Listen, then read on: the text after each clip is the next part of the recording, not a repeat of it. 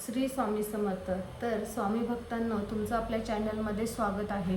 तर आता लवकरच येत आहे दिवाळी. तर दिवाळीला 2 दिवस म्हणजे धनत्रयोदशी आणि लक्ष्मीपूजन हे खूप महत्त्वाचे दिवस आहे. या दिवशी आपल्याला खूप सेवा करायच्या आहे आणि काही गोष्टी आपल्याला घरात आणायच्या आहे.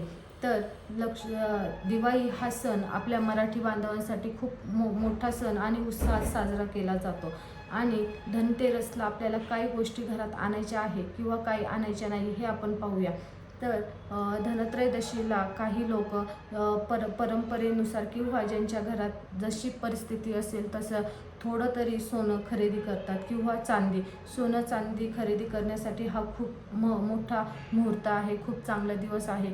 किंवा काही लोक नवीन घर घेतात किंवा नवीन घरात प्रवेश करतात किंवा नवीन व्यवसायाला सुरुवात करतात. धनत्रयोदशी आणि लक्ष्मीपूजन हा खूप मोठा मुहूर्त आहे चांगल्या गोष्टींची सुरुवात करण्यासाठी. तर जर ज्याला शक्य असेल ते नक्की सोने किंवा चांदी खरेदी करा. किंवा ज्यांची ऐपत नसेल किंवा ज्यांची घ्यायची हे नसेल तर त्यांनी नक्कीच तुम्ही सोनं किंवा चांदी घेतले तरच तो सण साजरा होतोय असं काही नाही. कारण आपण अशा काही गोष्टी ज्या असतात त्यांच्याकडे लक्ष देत नाही आणि फक्त सोनं आणि चांदी हेच खरेदी करण्याकडे लक्ष देतो. तुम्ही एक वेळेस सोनं किंवा चांदी खरेदी नाही केलं तरी चालेल, पण अशा काही गोष्टी आहेत ज्या तुम्ही नक्कीच ह्या दिवाळीला, धनतेरसला आणि लक्ष्मीपूजनला ह्या वस्तू घरात आणू शकता. तर सर्वात महत्त्वाचं म्हणजे तुम्ही तुमच्या घरातल्या मुलांना, आपल्या बायकोला नक्कीच कपडे ह्या दिवाळीला म्हणजे दिवाळीला घ्या. जर नसेल तुम्हाला जमत तर तुम्ही आपल्या घरातले जे देवघर आहे त्या देवघरात तुम्ही एक लाल वस्त्र तरी खरेदी करा. त्यानंतर घरात येते महत्त्वाची गोष्ट म्हणजे सर्व मार्केटमध्ये उपलब्ध असतात लक्ष्मीच्या मूर्त्या. तर लक्ष्मीची मूर्ती तुम्हाला एक खरेदी करायची आहे. तर काही लोकांकडे चांदीची असते किंवा पितळाची मूर्ती असते, पण ती मूर्ती जरी असली तरी आपल्याला एक मातीची मूर्ती घ्यायची आहे, लक्ष्मी मातेची मूर्ती घ्यायची आहे. ती कमळामध्ये बसलेली असली तरी चालेल किंवा हातात पैशाचा हंडा असलेली घेतली तरी चालेल. फक्त लक्ष्मीची मूर्ती ही उभी नसावी, बसलेली असावी. आणि त्यानंतर आपल्याला एक लक्ष्मी स्वरूपात आपण ज्याला झाडू म्हणतो, छोटा झाडू, तो झाडू तुम्हाला घ्यायचा आहे. आणि शक्य असेल तर धनतेरसला धनत्रय देवाचा आपल्याला पूजा करायची आहे. कारण जे आपण सुख उपभोगत असतो म्हणजे आपल्याला ज्या गोष्टी जगण्यासाठी लागत असतात, अन्न, वस्त्र, निवारा, तर ह्या गोष्टी जर आपल्याला अनुभवायच्या असेल त्यासाठी आपल्याला सर्वात महत्त्वाचं असतं आपलं शरीर. जर आपलं शरीर जर व्यवस्थित नसेल तर ह्या गोष्टींचा आपल्याला कितीही आपल्याकडे पैसा असला किंवा कितीही काही असलं तरी त्याचा काहीच उपयोग होत नाही. म्हणून धनतेरसला धन्वंतरी देवाची आपल्याला पूजा करायची आहे.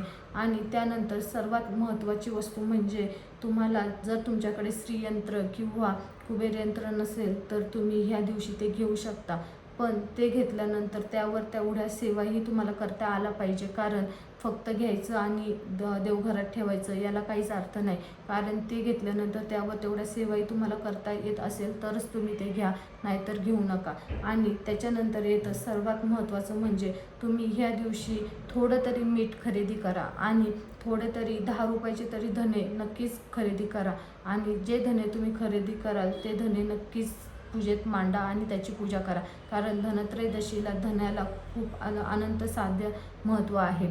आणि आपण जे धने आणतो ते कृपा करून कोणाला, शेजारी पाजाऱ्यांना कोणाला धने देऊ नका. धनत्रयोदशीला धन देत नाही, त्यामुळे धने कोणालाही देऊ नका. त्यानंतर आपण तुम्हाला जर शक्य असेल तर थोडं तरी पावशेरभर तरी गाईचं तूप नक्की विकत आणा. आणि दिवाळीमध्ये शक्य असेल तर एक तरी दिवा तुम्ही गाईच्या तुपाचा देवापुढे लावा. कारण लक्ष्मी मातेला गाई आणि गाई स्वरूपात ज्या काही वस्तू असतात त्या खूप प्रिय असतात. आणि गाईच्या तुपाचा जर तुम्ही दिवा लावला तर नक्कीच माता लक्ष्मीचा तुमच्यावर खूप आशीर्वाद राहील. त्यानंतर येतात आपल्याला अशा काही वस्तू आहेत ज्या तुम्हाला लक्ष्मीपूजन आणि धनतेरसला ह्या मी सांगितल्या त्या तुम्हाला आणायच्या आहेत. आणि त्यानंतर येतात अशा काही गोष्टी की त्या तुम्ही दिवाळीच्या आधीच तुमच्या घराबाहेर टाकू शकता. त्या म्हणजे घरात जर तुमच्या घरात बंद पडलेलं घड्याळ असेल किंवा बंद पडलेल्या काही इलेक्ट्रॉनिक्स वस्तू असतील तर त्या नक्की तुम्ही दिवाळीच्या आधी तुम्ही त्या घराबाहेर काढा, कारण त्यामध्ये भरपूर अशी नकारात्मक ऊर्जा शोषून घ्यायची ताकद असते आणि आपल्या सणासुदीला आपल्या घरात नकारात्मक गोष्टी नसाव्यात म्हणून हे बंद पडलेले इलेक्ट्रॉनिक्स वस्तू पहिल्या बाहेर काढा. किंवा तुमच्याकडे वह्यांची किंवा पेपरची थप्पी पडलेली असते तर तीही विनाकारण तुम्ही जर घरात ठेवत असाल तर त्यात नक्कीच नकारात्मक ऊर्जा येते, तर तीही तुम्ही बाहेर काढा. किंवा तुमच्या घरात जर भांड्यांमध्ये असे चिरा पडलेले ताटं किंवा चिरा पडलेले ग्लास की दांडा तुटलेले कप असतील तर ते लवकरात लवकर तुम्ही घराच्या बाहेर काढा. आणि बिना वापरता चपला, सर्वात महत्त्वाचं म्हणजे सगळ्यात जास्त दरिद्री ही आपल्या चपलांमध्ये असते. तुमची जर एखादी तुटलेली चप्पल असेल पण तुम्ही वारंवार तीच घालत असाल तर प्लीज कृपा करून तुम्ही ती चप्पल बदला. आणि तुमच्या घरात जर बिना वापरता चपला असतील तर त्या तुम्ही कचऱ्यामध्ये फेकून द्या, कारण कोणत्याही गरिबाला किंवा तुम्ही ती चप्पल द्यायचा विचार केला तर असं करू नका, कारण चप्पल ही आपली दहिंद्री असते आणि आपली दहिंद्री ही दुसरं कोणाला देऊ नका, कारण आपली दहिंद्री दुसऱ्याला लागते आणि आपल्यामुळे दुसऱ्याचं नुकसान होता कामा नये. यामुळे तुम्ही कृपा करून आपल्या चपला कुठं कचऱ्यात फेका किंवा तुम्ही कुठं हे असेल कुंड वगैरे असेल तर तुम्ही तिकडं टाकू शकता.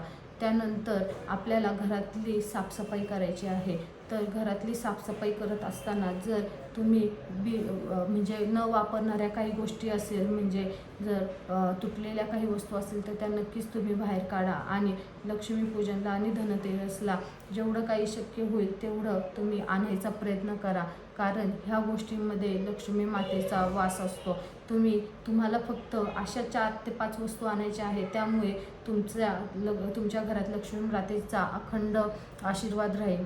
तुम्हाला एक झाडू, लक्ष्मी मातीची मूर्ती, थोडंसं तूप आणि मीठ जर शक्य असेल तर ह्या गोष्टी नक्की आणा. आणि ही माहिती आवडली असल्यास आपल्या चॅनलला लाईक, शेअर आणि सबस्क्राईब करायला विसरू नका. श्री स्वामी समर्थ.